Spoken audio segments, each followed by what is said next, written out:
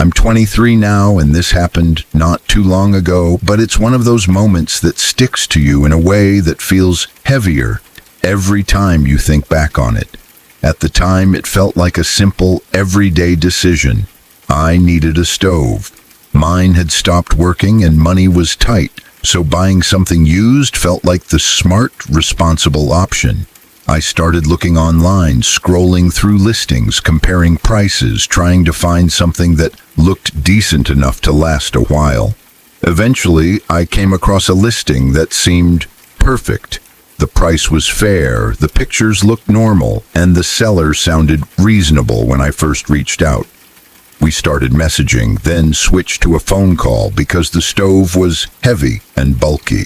She suggested that I come to her place to see it in person and test it. Even as I agreed, a small part of me knew it wasn't the smartest idea, going alone to a stranger's apartment, but I brushed that thought aside.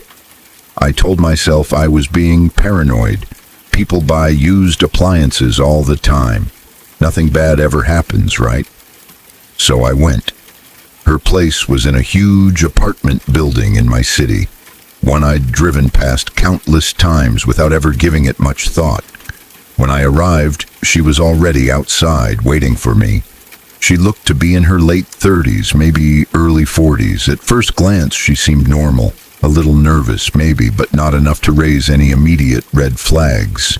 She smiled, greeted me, and led me inside. The moment we stepped into her apartment, something felt off. It wasn't dirty or messy. It was almost empty, bare, like no one really lived there. There was furniture, but not much. No personal touches. No photos, no decorations, no warmth. I remember thinking maybe she was in the middle of moving. That explanation felt easier than admitting how uncomfortable the space made me feel. We walked to the kitchen, and there it was, the stove. Seeing it actually there gave me a small sense of relief. At least this part was real. I checked it over, tested what I could, making sure it worked. While I was doing that, her phone rang. She answered it without leaving the room, and I could hear a man's voice on the other end. I couldn't make out everything he was saying, but his tone was sharp. She listened for a moment, then told me the stove belonged to her boyfriend. She said he wanted more money for it than what we'd agreed on. That was the moment my discomfort shifted into something sharper. By then, I wasn't even thinking about the stove anymore. I just wanted to leave. The air in that apartment felt thick, like it was pressing in on me. My chest felt tight. I felt like I couldn't take a full breath. I tried to stay calm and polite, but inside, every instinct was telling me something wasn't right. She must have noticed the change in me because she started acting differently. She began sweating visibly, her voice getting louder, more urgent. She insisted I needed to talk to her boyfriend directly. She kept saying he was on his way, that we could all discuss it together. The idea of being alone in that apartment with both of them made my stomach drop. I didn't want to meet him. I didn't want to be there at all. As time passed, he still hadn't arrived, and her behavior became more frantic. She paced. She talked faster. It felt like the situation was slipping out of control, and I knew I needed an excuse to leave immediately. My mind raced, trying to come up with something that wouldn't make her suspicious. Finally, I said I'd take the stove at the higher price. I told her I just needed to grab the money from my car. She followed me. That walk from her apartment to the outside felt endless. I can't properly explain the atmosphere in that place. Only that the second I stepped out of the doorway, it felt like I could breathe again, like I'd been underwater and finally broke the surface. But even then, she was still behind me, close enough that I could hear her footsteps. I didn't stop. I didn't turn around. I just walked faster. I unlocked my car, got inside, and drove away as quickly as I could without drawing attention. I didn't look back. My hands were shaking so badly I could barely grip the steering wheel. Once I was a safe distance away, I pulled over and blocked her number immediately. Nothing physically happened to me that day. No one touched me. No one threatened me outright. But the fear was real. The sense that something was very wrong, that I'd narrowly escaped a situation I didn't fully understand, stayed with me long after. Even now, thinking about that empty apartment and the way my body reacted makes my chest tighten all over again. I learned something important that day. That feeling you get when your instincts start screaming, it's there for a reason. And sometimes, listening to it is the only thing that keeps a bad situation from becoming something much worse.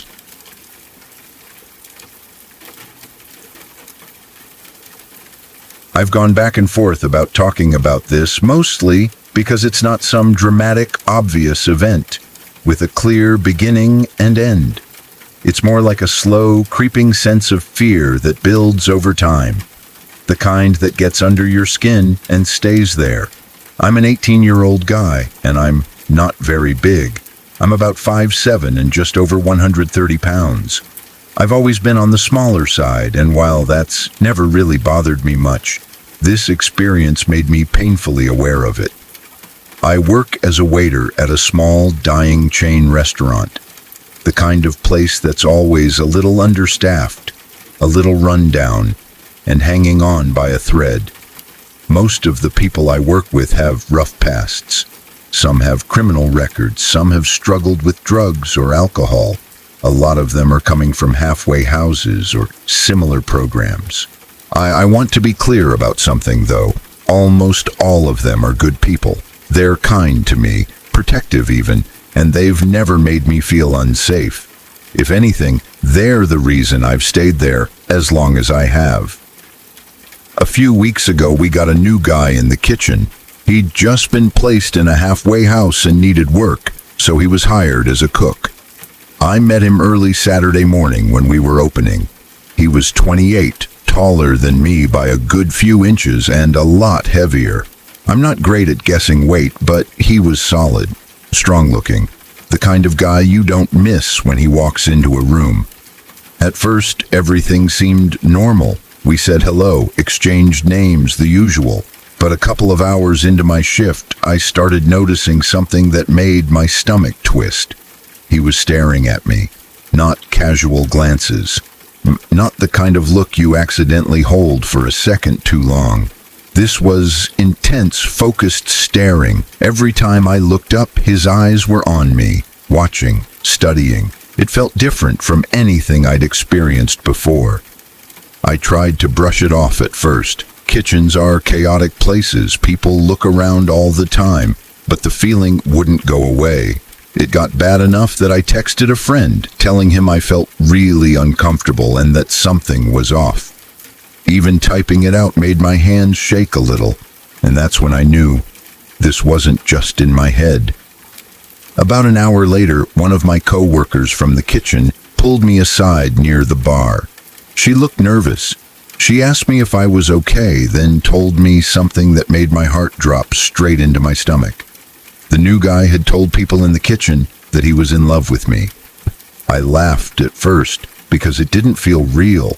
It sounded ridiculous. Then she kept talking. She told me that when someone mentioned I was 18, his response had been an excited legal. Hearing that made my skin crawl. She went on to explain how he'd been talking about me constantly, saying how beautiful I was, how he couldn't stop thinking about me. That's when fear really set in. I started avoiding the kitchen as much as I could. Every excuse, every reason to stay out front, I took it. But restaurants are unpredictable places. Sometimes you don't have a choice. Later in the shift, things slowed down almost completely. No orders, no customers. The kitchen staff started wandering out back to grab water or take smoke breaks. I was crouched under a shelf behind the bar, where we keep all the cups. I do that sometimes when it's slow, just to talk with co-workers or mess around a bit. The shelf sits a little above chest level when I'm standing, but crouched down, it felt like a small hiding place. Then he came out of the kitchen. He walked straight toward me and stopped way too close. He stood in front of me in a way that blocked me in completely. I couldn't stand up without brushing against him. Normally, when people see me crouched there, they joke and say something like, "Oh, you hiding?" But when he said it, it was different. His voice was low. He was only about a foot away.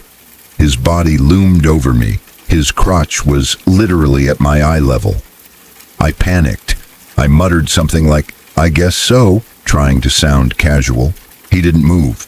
He just stood there, staring at me, not saying anything. Someone else walked up and started talking to him. But he didn't even turn away from me. He kept his body facing mine, chatting with them like nothing was happening. He stayed there for what felt like forever, probably only a minute or two, but when you're scared, time stretches. Finally, someone called him back to the kitchen and he left. After that, it got worse. Every time he had nothing to do and I was even slightly alone, he'd move closer. Too close. He'd walk up, stare at me in silence for an uncomfortable amount of time, then make some random comment about work going well in the back, like everything was normal. I told my friends at work what was happening. Most of them are women, or at least AFAB, and their reaction scared me more than anything else. They didn't laugh it off. They didn't tell me I was overreacting. They took my keys and clipped pepper spray onto them without even asking. At first, that made me feel weak, embarrassed, like I was failing at being a man. But deep down, I knew they were right to be worried. The bartenders backed me up too. They told me to stay near them, to let them know if he came around again. Still, there wasn't much we could officially do. He hadn't touched me. He hadn't said anything directly to me. On paper, he hadn't done anything wrong. But fear doesn't need paperwork to be real. I've only worked a couple more shifts with him since then, and thankfully, he's been busy training most of the time. But every time I know I'll be working with him, my stomach knots up. I replay everything in my head. The staring, the things he said about me, the way he blocked me in. But what scares me the most is knowing he's been to prison, combined with how he behaves around me. It makes every interaction feel heavier, more dangerous. I don't think pepper spray would even help if things really went bad. That thought keeps me up at night. Maybe I'm reading too much into it. Maybe nothing will ever happen. But that feeling, the one that tells you something isn't right, won't go away. And that's what scares me more than anything.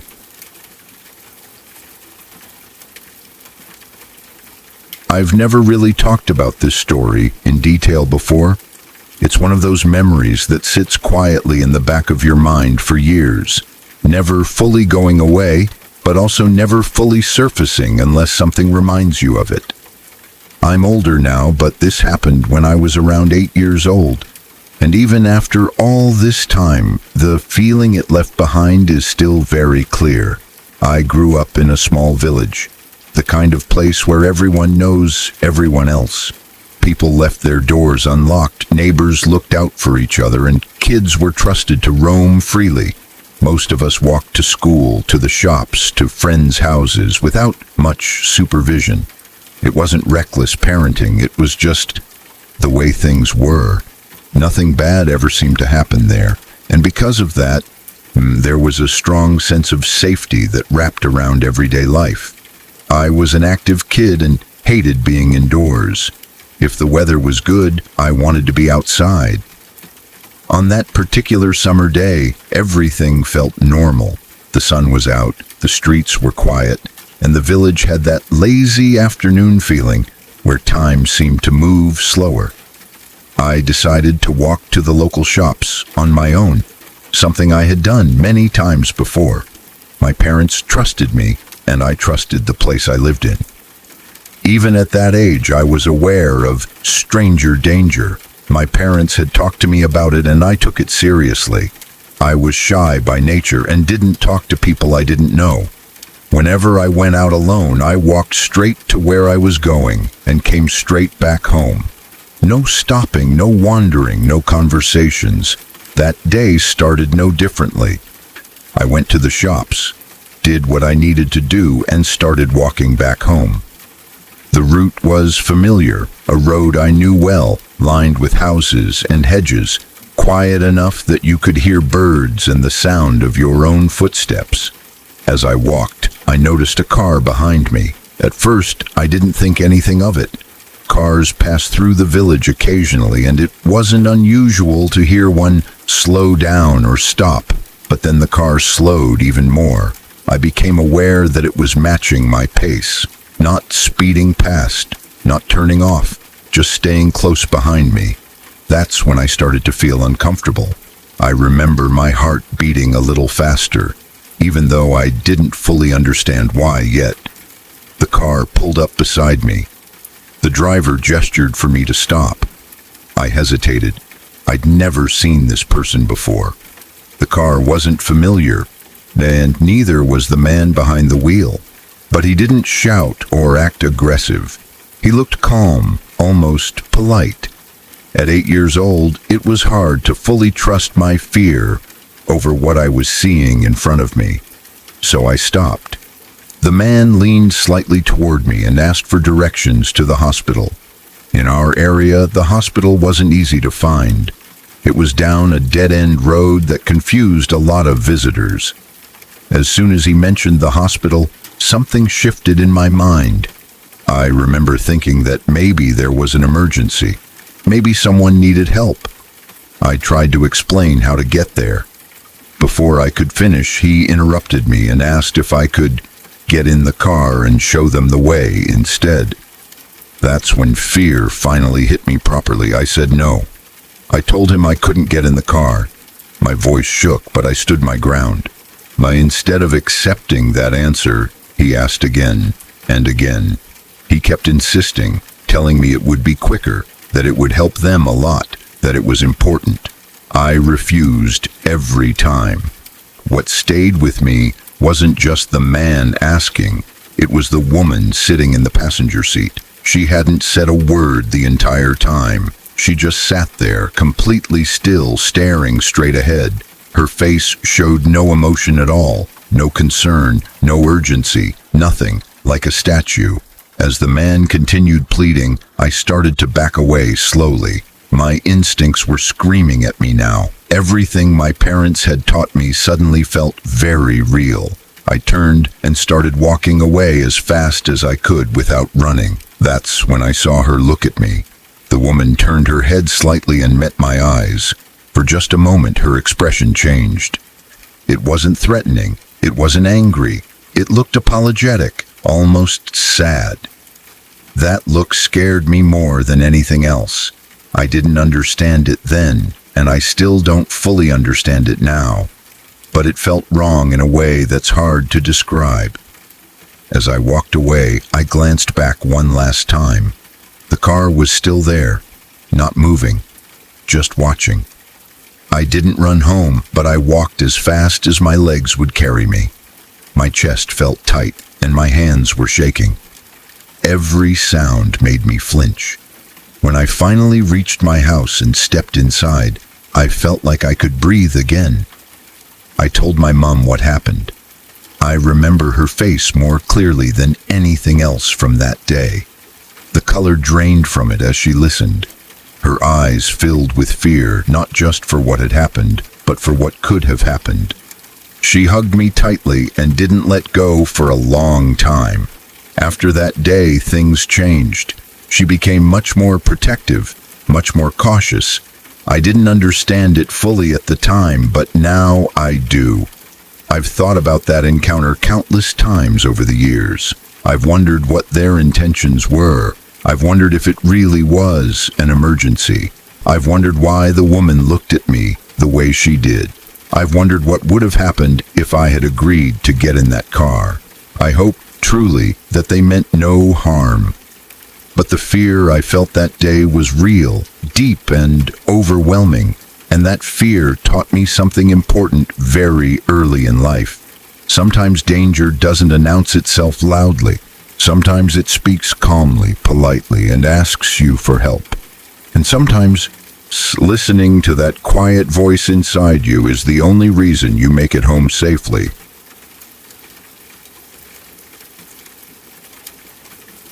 I've never really talked about this before, not in detail, not the way it still lives in my head. Even now, years later, it feels strange to put it into words. I'm 15 now, and this happened when I was 8, so it's been about 7 years. That's a long time, especially when you're a kid. But some memories don't fade the way others do. Some moments stay sharp, clear, and heavy, like they're waiting for you to grow old enough to finally understand how close you were to something bad. This happened at a campsite in New Jersey. It was a popular place, the kind of campground families go to every summer. Safe, well-lit, calm. The kind of place where parents let their kids ride bikes alone and walk around without worrying too much. I had been there before, and I remember thinking it felt almost like a small town. Cabins, campsites, the roads running through the woods, and a lake near the center where people gathered during the day. That summer, my family went camping with some family friends. We planned to stay for about a week, maybe 2. I can't remember exactly how long, but I know it wasn't just a weekend trip. It was long enough that we started to settle into a routine. Mornings by the campsite, afternoons exploring, evenings eating together and sitting around talking until it got dark. It was the 3rd or 4th day when this happened. I remember the day itself feeling normal, nothing strange, nothing scary, just another summer evening. After dinner, the adults were busy talking, and the 4 of us kids were bored. There was me, Dylan, who was 10, Sophia, who was also 10, and Maddie, who was 14. We were all close enough in age that we usually stuck together. Sophia and Dylan had brought walkie-talkies with them. Back then, that felt like the coolest thing in the world. Since there were 4 of us and only 2 walkie-talkies, we decided to split into teams. 2 people would hide together and 2 would seek together. Each team would get 1 walkie-talkie. We asked our parents if it was okay, and since we were in a safe area and staying inside the campground, they said yes. We decided Dylan and I would hide first, and Sophia and Maddie would seek. They gave us a 5-minute head start. As soon as the countdown ended, Dylan and I ran. The campsite was huge, bigger than it felt when you were just walking around with adults. There were roads that looped through the area, patches of woods, and even some houses nearby. Some people owned vacation homes there, so parts of the campground blended into small residential streets. We ran farther than we probably should have. At the time, it felt like an adventure. We ended up on a road near the edge of the campground. On one side of the road, there was thick woodland. On the other, a few houses scattered along the street. We crouched down near the side, trying to stay hidden, laughing quietly and whispering so we wouldn't give ourselves away. After about 10 minutes, Sophia and Maddie radioed us through the walkie-talkie, asking for a hint.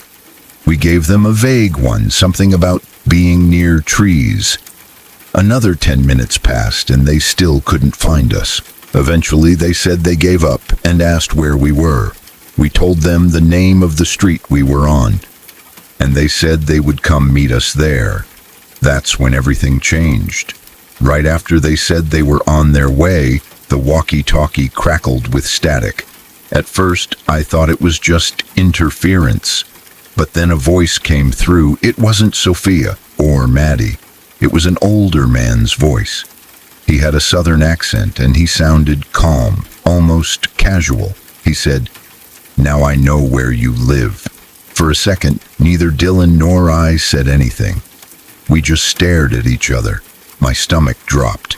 I remember feeling cold all of a sudden, like the air around me had changed. We didn't live there. We knew that. But hearing that from a stranger through our walkie-talkie felt wrong in a way I didn't have words for at 8 years old. It felt like someone had stepped into a game they weren't supposed to be part of. We asked Sophia and Maddie over the walkie-talkie if they heard that voice.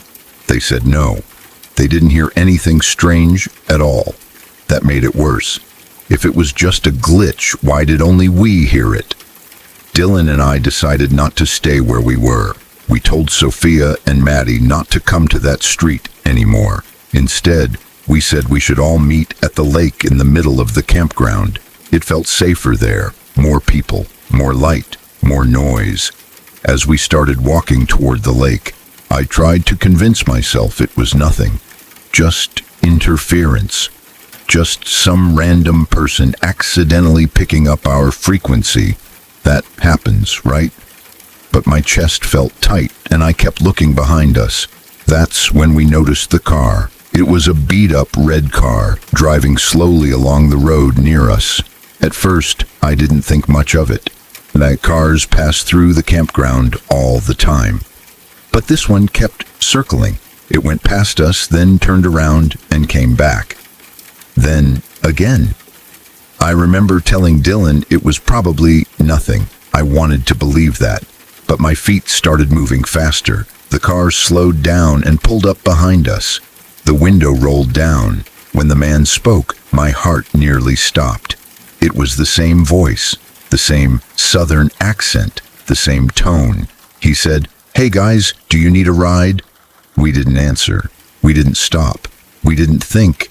We ran. I don't remember deciding to run. My body just did it. Fear took over completely. We sprinted as fast as we could, cutting toward the direction of the lake. I glanced back once and saw the man's face.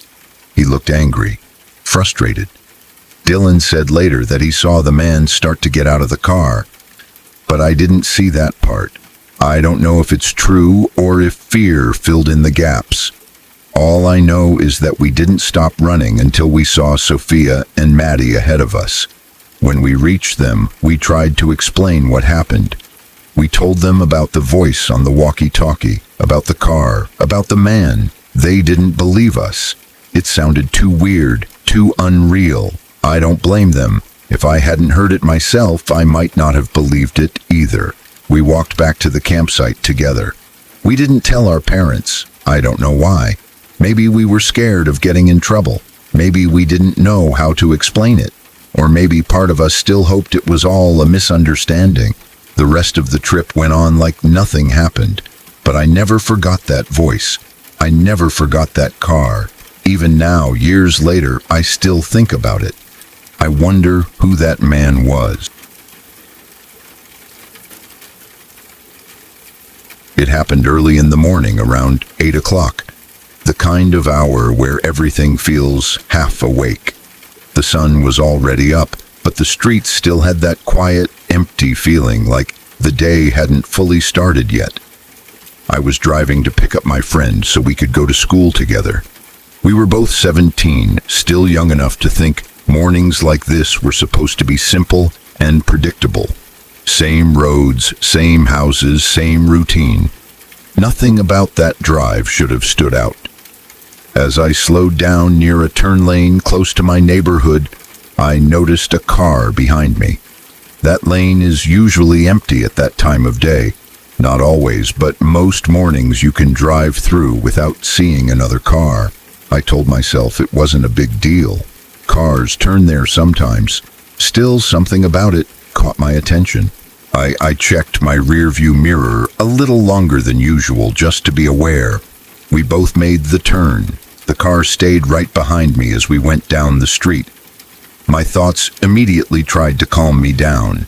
It was a one-way street, and there was only one possible turn at the beginning, so of course he'd be behind me.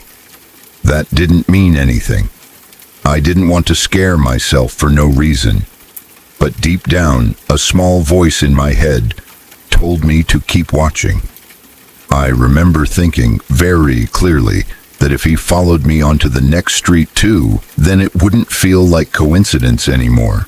It felt silly to even think that way, but I couldn't help it. Sometimes you just feel something before you understand it.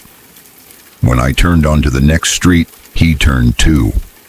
My heart dropped into my stomach.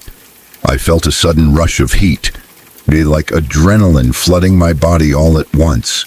My hands tightened around the steering wheel without me even thinking about it. I told myself to stay calm, to focus on driving. I was close to my friend's house now, just a little farther. As I pulled into the circular driveway near her place, the car slowed and parked right outside her neighbor's house. I glanced over, trying to be subtle, and that's when I saw him looking straight at me, not just glancing, not looking around. He was watching me. His eyes were locked on mine. Then he lifted his hand and motioned for me to come over.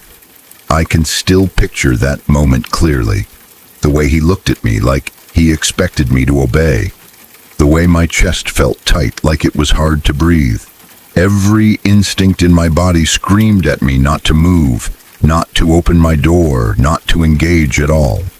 I stayed where I was. I didn't wave back. I didn't nod. I didn't even look at him again. My heart was pounding so hard I could feel it in my throat.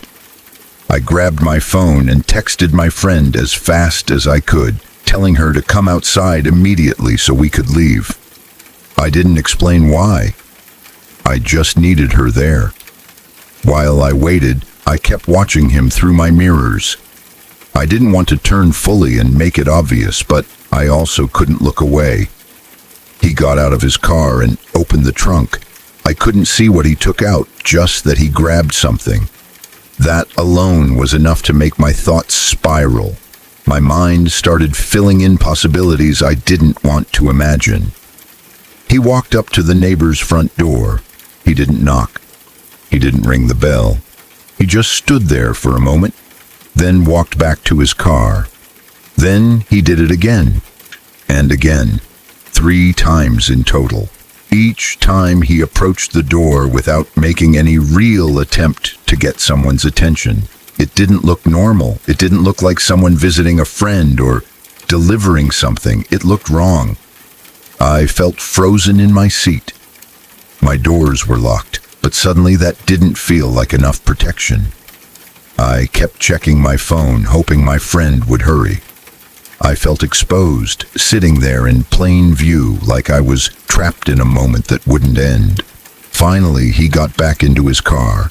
He drove around the block once, slowly, like he was checking something or making sure of something, and then he left. Just like that. No explanation, no closure. He disappeared down the street, and I haven't seen him since. My friend came out moments later, confused about why I was acting so strange. When she got into the car and I started driving, my hands were still shaking. I told her what happened, every detail spilling out as the fear slowly caught up with me. Saying it out loud made it feel real in a way it hadn't before. The rest of the day felt off. I went to school, sat in class, listened to teachers talk, but my mind kept replaying that morning. The way he followed me, the way he looked at me, the way he motioned for me to come closer. I kept thinking about how easily things could have gone differently if I had been more polite, if I had doubted myself, if I had stepped out of the car. Even now, it won't leave my head. I don't have proof that he meant to hurt me. I don't know what he took from his trunk or why he was there, but the fear I felt was real, and the sense that I avoided something terrible by trusting my instincts stays with me. It's strange how one ordinary morning can change how safe the world feels, even in daylight, even on a familiar street, even when nothing technically happened.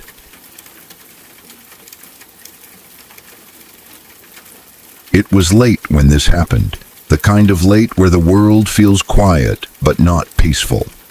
I had just gotten off work, and because I work a late shift, I don't usually get home until somewhere between midnight and 1 in the morning. That night was different in one important way. It was my first night at a new apartment in a new neighborhood, a place I wasn't used to yet. Everything still felt unfamiliar, even things that should have felt normal. I didn't want to walk back alone in silence, so I called a friend and kept him on the phone the entire time. It wasn't that anything had already gone wrong, but there's something about being in a new place at night that makes you more aware of everything around you. Every sound feels louder. Every shadow feels heavier. Talking to someone helped keep my nerves steady, or at least that's what I thought. I parked my car about 200 feet from the entrance to my building. It wasn't far, but far enough that I had to walk through a dimly lit stretch of sidewalk. As soon as I got out of the car and started walking, I noticed someone else nearby. A man was walking on the opposite side of the street, moving in the same direction as me. At first, I didn't think much of it. People walk at night. That alone didn't mean anything. Still, I kept him in the corner of my eye, not staring, just aware. He wasn't hiding. In fact, he stood out. He was wearing a bright orange jacket, the kind of color you notice even in low light. That made me feel a little calmer. Someone trying to do something wrong wouldn't dress like that, right? That's what I told myself. As I got closer to my building, I slowed down slightly, mostly because I was trying to find my keys. That's when I noticed his pace changed, too. He didn't speed up exactly, but he adjusted, staying parallel with me. I remember telling my friend on the phone that someone was walking nearby, half joking, half not. He told me I was probably just nervous because it was my first night there. Then I reached the entrance. I turned toward the building to enter my access code, and that's when everything shifted. The man across the street stopped walking. He crossed the road and came toward my building, not fast, not rushed, just enough to make my stomach tighten. I was relieved he was far enough away that he couldn't see the keypad clearly. My hands shook a little as I typed in the code. I was very aware of how exposed I felt standing there, my back turned, my focus on the door. So when the door unlocked, I slipped inside as quickly as I could without looking panicked. Once inside, I turned around immediately to see if he was following me in. He wasn't. He stood on the sidewalk just outside, not trying to come closer. He looked away, pretending to be interested in something else down the street, like he was just waiting or killing time. I stood there for a second, staring through the glass. Part of me wanted to believe he was another tenant who didn't want to seem creepy by entering at the same time. That would make sense. That would be normal. But no one else came in after me. He stayed where he was. After a moment, I moved deeper into the building and went up to my apartment. I locked the door behind me and leaned against it, phone still pressed to my ear. My friend asked if everything was okay, and I said yes. But my voice didn't sound convincing even to me. Once I was inside, the fear didn't fade the way I expected it to. It actually got worse. The silence of the apartment felt heavy. Every little noise made me jump. I kept thinking about the man outside, about how he changed direction the moment I turned toward my building, about how he stopped just short of the door, like he was deciding something. What bothered me most was the thought that he now knew where I lived. I replayed the walk in my head over and over. Was I imagining patterns that weren't really there? Or was my body picking up on something my mind didn't want to admit?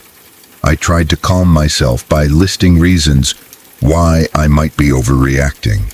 He was wearing a bright jacket. He didn't follow me inside. He didn't say anything. I had been on the phone the entire time, making it clear I wasn't alone.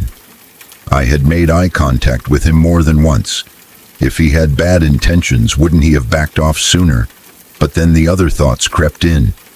What if he was waiting to see which door I went into?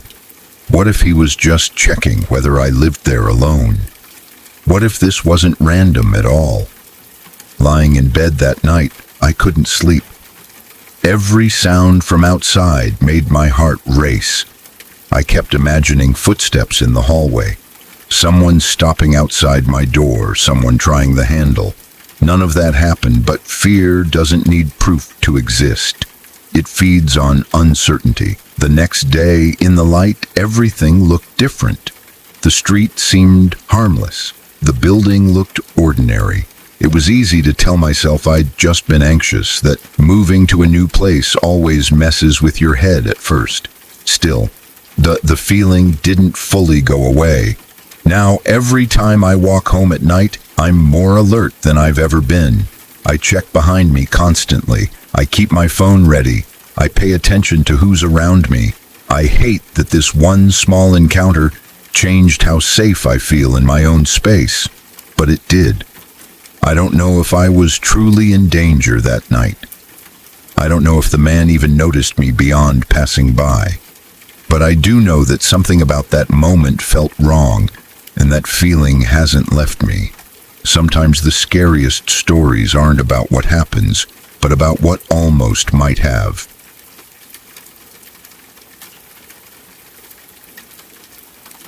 Something felt wrong that night, in a way I still can't properly explain. Even now, a full day later, the feeling hasn't left me. It's the kind of unease that settles deep in your chest and refuses to move, no matter how much you try to reason with it. This was my first time ever talking about it, and even writing it out feels strange, like putting words to something that was more instinct than event. I'm 22 and I live in a small town in the north of the UK. It's the sort of place where faces become familiar even if you don't know names. You pass the same people at the shop, at the bus stop, on evening walks. After about 8 at night, the town goes quiet. Shops close, streets empty, and the whole place feels like it's holding its breath. That night, I'd gone out just before closing time to pick up some milk. It was cold in that uncomfortable way the north gets. Damp air sinking into your clothes, fog beginning to creep along the streets and soften the edges of everything. The shop itself was normal. Bright lights, the hum of fridges, the usual end-of-day tiredness in the cashier's voice. Nothing out of place. It wasn't until I stepped back outside that I noticed him. He was standing near the cash machine, not using it, just standing there. His hood was up, his hands down by his sides. At first, I didn't think much of it. People wait by cash machines all the time. Maybe he was waiting for someone. Maybe he'd just finished. I'm only 5'1", so most people seem tall to me, but he stood out even so. I'd guess he was around 6 foot. Still, I didn't stare. I pulled my coat tighter around me and started walking home.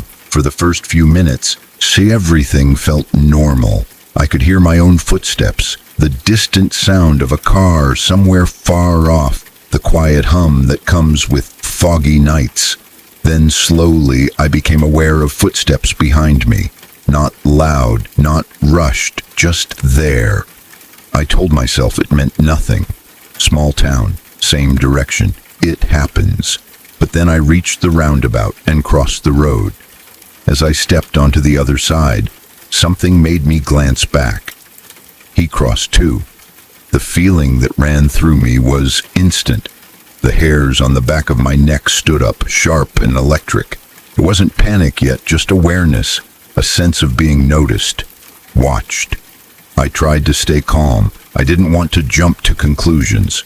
So I slowed down near a bus stop and pretended to check my phone. My plan was simple. He'd pass me, keep walking, and I'd feel stupid for worrying. He didn't pass me. Instead, he slowed down too. The distance between us stayed exactly the same. No sound of footsteps moving ahead, no change in pace, just him behind me, matching every step without a word. That's when my heart started pounding hard enough that I could feel it in my throat. My mouth went dry. I became painfully aware of how quiet everything was, how exposed I felt walking down an almost empty street. By the time I turned onto my street, fear had settled in properly. I didn't want to make it obvious that I was scared. I kept my pace steady, even though my hands were shaking so badly I could barely hold my phone. My street is short, lined with old terraced houses, and the streetlights don't quite reach the far end. My house sits in one of the darker patches where the light fades into shadow. I didn't look back as I reached my door. I just wanted to get inside. My fingers fumbled with the key, every second stretching painfully long. The moment the lock clicked, I slipped inside and closed the door behind me, my heart racing. I stood there for a second, breathing hard, then moved to the small window beside the door and carefully pulled the curtain aside. He was there, standing at the corner of the street, not moving, not pacing, just standing, facing in my direction. It felt like he was trying to work out which house I'd gone into. I froze where I was, barely breathing. He didn't take out his phone. He didn't smoke. He didn't look around like someone waiting. He just stood there, still and silent. After about 30 seconds that felt far longer, he turned and walked away slowly, heading back the way we'd come. The sound of his shoes echoed against the pavement, each step clear in the quiet night. I didn't see his face properly. The hood hid most of it, but I could see the lower half, clean shaven. He looked to be in his late 30s or early 40s, dark coat, ordinary. That somehow made it worse. I stood behind that curtain for a long time after he left, watching the empty street, half expecting him to come back. I didn't call the police. I kept telling myself I was overreacting, that nothing actually happened, that maybe he just lived nearby and his timing lined up with mine in the worst possible way. But all day today, that feeling hasn't gone away. I keep glancing at my front window, convinced I'll see someone standing there. Every sound outside makes my chest tighten. I've never felt fear like that before. Not the lingering kind that sticks around long after the moment has passed. Maybe it was nothing. Maybe it was paranoia. But my instincts keep telling me something about that night wasn't right. And that's what scares me the most.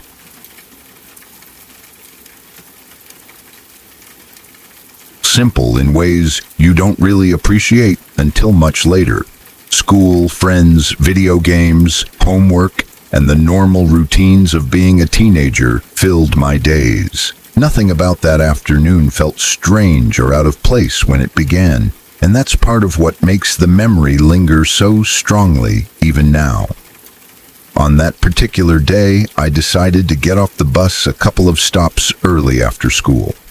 This wasn't unusual. I did it fairly often to hang out at a friend's house before heading home. My parents knew this friend well, and there had never been any issues before. It felt like a harmless way to kill time, relax, and forget about school for a few hours. I walked the short distance from the bus stop to my friend's house, went inside, and we immediately did what we always did. We sat down in front of the TV and started playing video games. Time passed quickly, the way it always does when you're distracted and having fun. Nothing out of the ordinary happened. No strange phone calls, no sudden interruptions. Just the familiar comfort of a normal afternoon. Then my friend's mom came into the room. She told me that my mom had just called and that I needed to come home right away. She said it wasn't just a normal "get home now" call either. According to her, my mom sounded angry, scared, and upset all at the same time. That immediately confused me.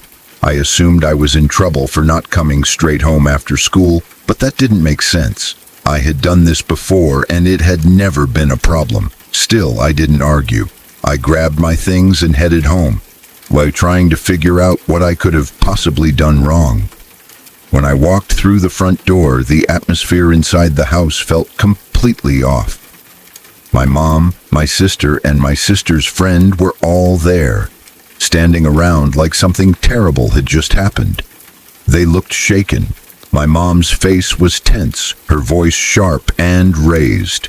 She immediately started asking me where I had been and what I had been doing after school.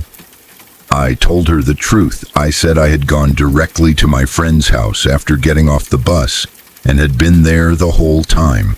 She didn't believe me. She kept asking the same questions over and over, her tone growing more frustrated with each answer.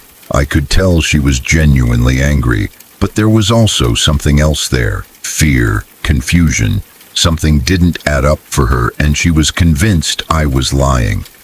Eventually, she sent me to my room. I sat there, replaying everything in my head, trying to understand why such a normal day had suddenly gone wrong. A few minutes later, my sister came into my room. She looked shaken too, but her expression was different. Less angry, more confused. She asked me the same questions my mom had asked. Where had I been? What had I done after school? Again, I told her exactly the same story. Then I asked her why everyone was acting so strange, why everyone seemed scared. She hesitated before answering. While I had been at my friend's house, something had happened at home. My mom had been in her bedroom when she heard a voice outside the window. The voice clearly said my name, not faintly, not like someone imagining it. It sounded close, familiar, and unmistakable. Thinking it was me, she went to the window and looked out into the backyard. What she saw stopped her cold. In the backyard, she saw my sister's friend, and a man with no shirt on. The man was standing behind my sister's friend, hugging her from behind. From my mom's perspective, the man looked exactly like me. Same build, same height, same general appearance. She was absolutely convinced it was me. Angry and shocked, my mom immediately went outside to confront me. She was ready to yell at me for being inappropriate, for being shirtless in the backyard, and for lying about where I was. But when she stepped outside, the man was gone. There were only two people there, my sister and her friend. No shirtless guy, no one hiding, no one running away, just the two of them standing there, confused by my mom's sudden anger. My mom didn't believe them. She insisted that she had seen me. She insisted she had heard my voice. She accused them of covering for me, of hiding me somewhere on the property. She questioned them repeatedly, trying to get them to admit where I was. They kept telling her the same thing. I wasn't there. I hadn't been there. There had only ever been the two of them in the backyard. My mom couldn't let it go. In her mind, she had clearly heard a man's voice, calling my name. She had clearly seen a shirtless male figure hugging my sister's friend. Those details were burned into her memory. She wasn't confused. She wasn't guessing. She was certain. That's why she had called my friend's mom in a panic. That's why she was so angry and afraid when I finally got home. From her perspective, I had been caught doing something wrong and then vanished into thin air. As my sister finished explaining all of this to me, a chill ran through my body. Then she told me the part that made everything feel suddenly heavier. My sister's friend had come over that day because she needed someone to talk to. She was struggling emotionally. That day marked the 1-year anniversary of her fiancé's suicide. It was a painful memory, and she didn't want to be alone. Her fiancé had taken his own life exactly 1 year earlier, and he had the same name as me. My mom didn't know this. She had no context, no explanation. She didn't know why my sister's friend was upset or what that day meant to her. All she knew was that she had heard my name called from the backyard and seen a man she believed was me holding her. When I heard that, the pieces fell into place in a way I didn't like. My mom had heard a man's voice. Not a child's voice, not a woman's voice, a man's voice, calling my name. She had seen a male figure where I should not have been, a figure that vanished when she approached. The man she described wasn't me. It matched the description of someone else entirely. After that day, things slowly returned to normal on the surface. My mom eventually accepted that I had been at my friend's house the whole time. She never fully explained what she saw, but I could tell it bothered her deeply. My sister's friend stopped coming over as often. There was an unspoken tension that lingered for a while, like everyone was afraid of reopening something they didn't understand. Years later, when I think back on it, I still don't know what to believe. Was it grief? Stress? A coincidence layered on top of coincidence? Or was it something else entirely?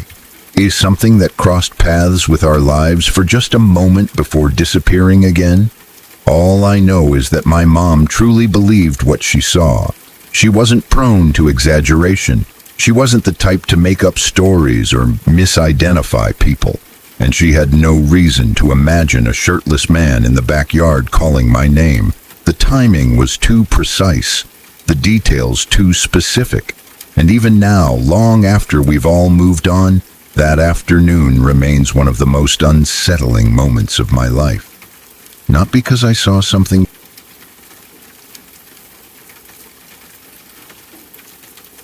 I just knew something felt deeply wrong in that quiet, instinctive way that doesn't scream danger right away, but slowly creeps into your bones. I was living in a very small town in Iowa back then. The kind of place where nothing ever really happens, where everyone knows everyone, and strangers stand out immediately. There was one bar in town that I absolutely loved. It wasn't fancy or exciting, but it felt safe. The staff knew me by name, knew my usual, and even if I stopped in just to sit quietly and unwind, I was always welcome.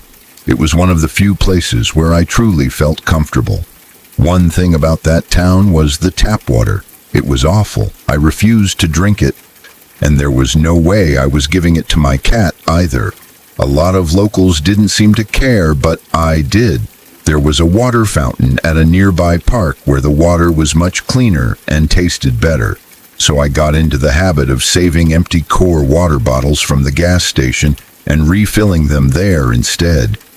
That night, I'd been at the bar late. It was a Friday, and the place was packed. Music loud, people laughing, everyone drinking hard like it was the only thing to do in town. I stayed for a while, then remembered I needed to get water before going home. The park was just across the street and about a block down to the right. Simple walk. I'd done it before. There were 3 men at the bar who were basically always there. Locals, heavy drinkers. Everyone knew them, even if no one was particularly close to them. They drank beer like it was water, night after night. They were there that evening too. I noticed them leave before I did, but I didn't think anything of it. When I stepped outside after the bar closed, the night felt different. Quiet, but not peaceful. The park was dimly lit, and the town had those old streetlights that give off a soft orange glow. There was almost no light pollution, which meant once you stepped away from the main road, everything turned dark fast. As I headed toward the park, I saw the 3 men sitting on some concrete steps outside a business across the street. They were smoking and clearly very drunk. I needed to pass them to get where I was going. As I got closer, one of them called out and asked who I was, if I was new in town. That wasn't unusual in a place like that. Small towns are curious. Everyone wants to know who you are and where you came from. I told them I was new, which was true. They started asking more questions, personal ones, where I lived, who I lived with, if I had a partner. I lied about everything, especially about having a partner. I could tell they found me attractive, and that alone made me uneasy. Still, I tried to stay calm and polite. While they were talking, there was a loud, piercing sound in the distance. A cat screaming. It echoed through the quiet streets and sounded almost human. It was unsettling. I used it as an excuse, saying I needed to hurry home because my cat might be in trouble. That seemed to end the conversation. I crossed into the park to fill my bottles. It was nearly 4 in the morning by then. The park felt isolated, trees looming, shadows everywhere, the air heavy and cold. As I filled the bottles, I looked across the street and noticed something strange. One of the men ducked down behind a parked car like he was trying to get into it. But there was no sound, no doors opening, no lights flashing. He just disappeared behind it. I told myself they were drunk. Drunk people do weird things. I didn't want to scare myself. When I finished and left the park, I noticed one of the men sitting alone on a different set of steps, closer to me. The other two were farther away. He tried to talk to me again, but I kept walking, pretending I didn't hear him. I also noticed I couldn't see the third man anymore. That thought lingered in my head, uncomfortable but still not fully formed into fear. Then a patrol car pulled up beside me. It was a night shift cop I knew casually. He asked if I was okay, if the men were bothering me, and if I had been screaming for help. I was confused. I told him no, that the screaming was just a cat. Apparently, several people had called it in. He told me to call if I needed anything and drove off. I kept walking home. As soon as I crossed the street into the residential area, the light dropped away. It was pitch black. Houses were dark, streets empty, and the silence felt thick. That's when I heard it. PSST. I turned around. One of the men was behind me, the same one I'd seen duck behind the car. Across the street, I saw another one, the third. Suddenly it made sense where he'd gone. My heart started racing. I walked faster. Then I heard it again, a clicking sound, like someone calling a dog. It came from the man near the car. The other one stepped into the middle of the road. You doing the same thing, calling me, luring me. They started walking faster. That's when everything clicked at once. The spacing, the positioning. One behind me, one across the street, one blocking the road ahead. It wasn't random. It wasn't drunk curiosity. It was coordinated. I ran. I bolted down a different route, cutting through darkness, ducking between houses, hiding where I could. I waited, heart pounding so loud I thought they'd hear it. After a while, when I was sure they were gone, I ran the rest of the way home. I never saw them again after that, which was strange. In a town that small, people like that don't just disappear. I asked the bartenders later if they'd ever acted like that before. They said no. Eventually, I moved away, and I still don't know what would have happened if I hadn't trusted my instincts that night. Sometimes the scariest thing isn't what happens. It's realizing how close you came to something you can't even fully imagine.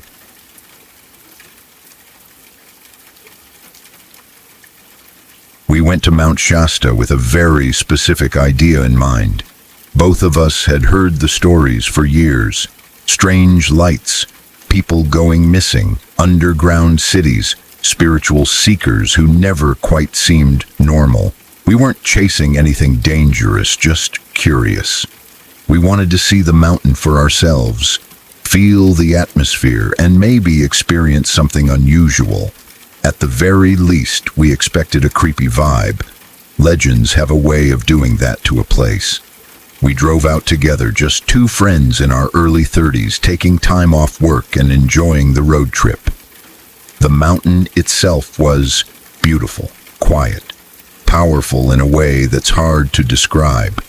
We didn't see anything supernatural out there. No lights, no shadows, no strange figures watching us from the trees. If anything, the mountain felt calm, almost peaceful. We spent time hiking, taking photos, sitting quietly and just soaking it all in. After that, we explored the surrounding towns. Eureka, Weed, Mount Shasta City. Small places, friendly enough. The kind of towns where people wave at strangers and life seems slower. We stopped at shops, talked to locals, ate at small restaurants. Nothing stood out. Nothing felt off. Until breakfast that one morning, we stopped at a small diner in Mount Shasta City. Nothing fancy, just one of those places that looks like it's been there forever. Vinyl booths, old menus, the smell of coffee and grease in the air. It was late morning, not very busy. We sat down, ordered food, and started talking about the trip so far. That's when I got the feeling. It's hard to explain how it started. Just that familiar sensation at the back of your neck, like eyes on you. Now, I tried to ignore it at first, told myself I was being paranoid, After all, we'd come here expecting creepy things. That can mess with your head. But the feeling didn't go away. I turned my head and saw her. She was sitting alone at a table across from us. Skinny, dark hair, light skin, medium height. Her eyes stood out to me the most, a lighter shade of brown that seemed almost too focused. She wasn't glancing around the diner or looking at her phone. She was looking directly at us. Trying not to make it awkward, I smiled and gave a small wave. Just a polite acknowledgement. She smiled back and waved too. At the time, it felt harmless. Friendly, even. Then she stood up. She walked over to our table like it was the most natural thing in the world and introduced herself as Carmen. Her tone was confident, almost rehearsed. Before we'd even had a proper greeting, she started flirting. Not subtle flirting. Direct comments, heavy eye contact, standing a little too close. My friend and I exchanged a look. He's married. I'm not interested in anyone significantly younger than me, and she looked no older than 22.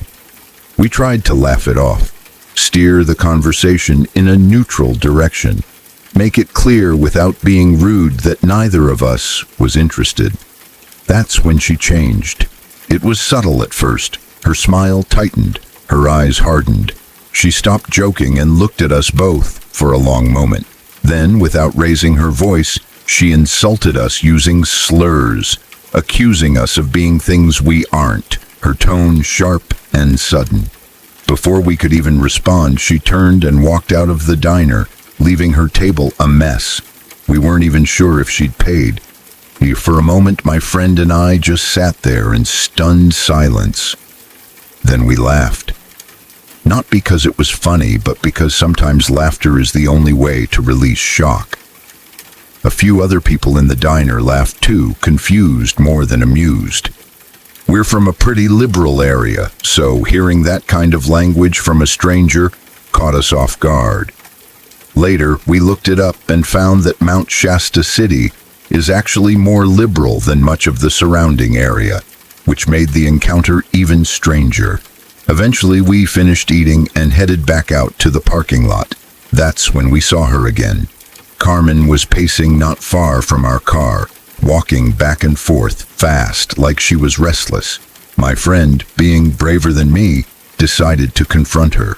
He took a few steps in her direction and said her name. She spotted him instantly.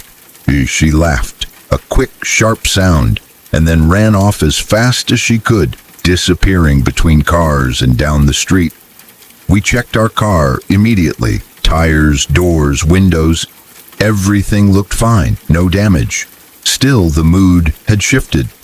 That uneasy feeling was back, stronger this time. We decided to head back to the hotel after stopping at a few other places in town. We tried to enjoy the rest of the afternoon, but the encounter lingered in the back of our minds. Every time we saw a dark-haired woman, we both noticed. That night, after we'd settled into the room, I realized I'd left something in the car. It wasn't far, just across the parking lot. I told my friend I'd be right back and stepped outside, and that's when my stomach dropped. She was there, standing on the other side of the parking lot, directly across from me. I froze for a second, trying to process what I was seeing. There was no way this was coincidence. We hadn't told anyone where we were staying. We hadn't run into her again since the diner. And yet, there she was, waiting. Fear hit me hard. I raised my voice and demanded to know what her problem was, why she was following us. She laughed. Not a nervous laugh, not an embarrassed one. A loud, unhinged laugh that echoed across the empty parking lot. Then she said that a guy as hot as me should just give in to what's natural. The words didn't even make sense. They felt thrown together like she was saying whatever came to mind. I didn't feel flattered. I felt threatened. I couldn't tell if she was a homophobe, mentally unstable, on drugs, or some combination of all three. She didn't look high. She didn't slur her words. Man, that made it worse. I told her to leave us alone and said I'd call the police if she didn't. I demanded to know how she found our hotel. She laughed again, that same sharp, disturbing sound. Then she said she hoped I'd come back to see her someday. Just like that. Calm, casual, as if this was all normal. Then she turned around and walked away into the darkness. I stood there for a moment, heart racing, listening to my own breathing. I checked the car again, half expecting something terrible. Nothing.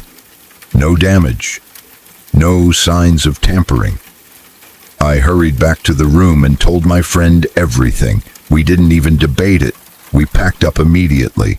At the front desk, we told the guy working there that a strange woman was lingering around the property and saying disturbing things to us. He offered to call the police. We declined. We just wanted to leave as fast as possible. Before getting into the car, we checked the back seat. We checked the trunk. We checked everywhere. We laughed nervously about it, but neither of us really thought it was funny. We drove out of town that night, the mountain fading into the distance behind us. Even now, we still talk about it. How she found us, why she latched onto us, whether she was just unstable or something worse. Sometimes I joke that I wouldn't even be surprised if she showed up outside my house one day, in a completely different state. But underneath the jokes, there's still fear. We went looking for legends, for myths, for supernatural stories. Instead, the creepiest thing we found was very real, and that somehow makes it harder to forget.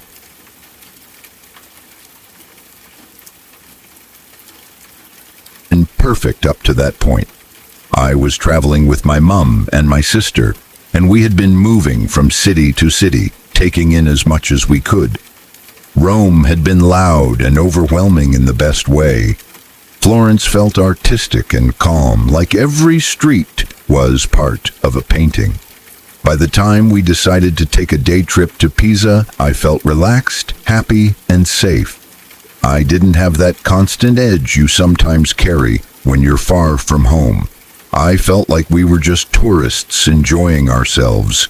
Pisa itself felt smaller and slower compared to the other cities we had visited. We walked around, took photos, did all the usual tourist things. Eventually, we stopped at a restaurant to eat. It wasn't anything fancy, just a nice place to sit down and rest our feet. At first, everything was normal. We were talking, laughing, deciding what to order. Then I started to feel that familiar sensation, the one you get when someone is looking at you for a little too long. I glanced up and saw him. He looked to be in his 20s, maybe a little older. Nothing about him stood out in an obvious way. He didn't look dangerous. He wasn't dressed strangely. He was just a guy, but he was staring directly at me. Not a quick look, not curiosity, just staring. I broke eye contact and told myself it was nothing. Restaurants are public places. People look around. Maybe I just happened to be in his line of sight. But the feeling didn't go away. Every time I looked up, his eyes were still on me. Even when he stood up and walked, he kept looking. It felt deliberate. Eventually, he sat down at a table behind me. I could feel his presence without even seeing him. That awareness sat heavy in my chest. I tried to focus on my food, on my mom and sister, on the conversation. I didn't want to make a scene or ruin the day over something that might be harmless, but it was hard to ignore. When we finished eating, my sister and mom wanted to get gelato from a place across the street. I was too full and honestly not feeling great, so I told them I'd wait outside. I stood near the restaurant, pulled out my phone, and tried to distract myself. I told myself that once we left, this would be over. Just a weird moment in a busy tourist city. I looked up without thinking. He was there again, standing not far away, making direct eye contact with me. He didn't look surprised that I noticed him. He didn't look away. He just stared. My stomach dropped. There was no confusion now. This wasn't accidental. He knew I was looking back. When my mom and sister came out with their gelato, I didn't even explain properly. I just told them we should leave. Now, they could hear something in my voice because they didn't argue. We walked away together and I didn't look back. I was too scared to see if he was following us. For the rest of the day, I tried to push it out of my mind. Pisa faded behind us as we traveled onward. I told myself it was over. Tourists cross paths all the time. Italy is full of people moving from city to city. The chances of seeing the same person again felt almost impossible. I convinced myself I was overreacting, letting anxiety turn a normal situation into something bigger. Then we went to Crema. Crema was beautiful in a completely different way. Smaller, quieter, less crowded. It felt peaceful. We were only there briefly, just stopping before heading to our next destination. Since we were leaving the next day and had a long train ride ahead of us, we decided to pick up some snacks. It felt like a simple, harmless errand. The kind of moment you don't even think twice about. We went into a shop, grabbed what we needed, paid, and headed toward the exit. As we stepped onto the escalator going up, I was talking to my mom about not feeling well, about how travel can really catch up to you. My voice faded when I saw him. It was him. At least, I was sure it was him. He was standing there, smiling at me. That same smile, that same way of looking, like he knew something I didn't. As the escalator carried me past him, his head turned to keep me in view. He didn't stop watching me. Not even when I moved away. My heart started racing. My thoughts spiraled all at once. How could he be here? Pisa and Crema aren't next door to each other. We hadn't told anyone where we were going. This wasn't a tourist hotspot packed with the same crowds. The odds felt too small, too strange. I didn't say anything right away. I just stood there, frozen, my body reacting before my mind could catch up. By the time we reached the top, my hands were shaking.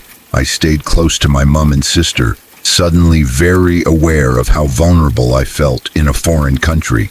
I keep replaying it in my head. Was it really him? Or did my fear fill in the gaps? Maybe it was someone who just looked similar. Maybe my brain connected two unrelated moments, because I was already on edge. But the way he smiled, the way he kept eye contact, the way my instincts screamed at me that something wasn't right. Even now, I don't know what to believe. What scares me most isn't the idea that someone might have followed us. It's the feeling that I can't be sure.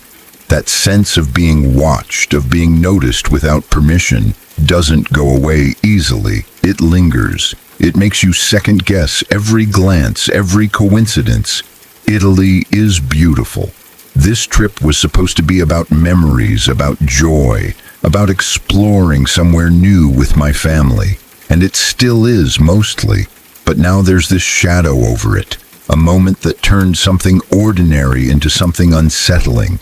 Maybe it was nothing. Maybe it was just my imagination.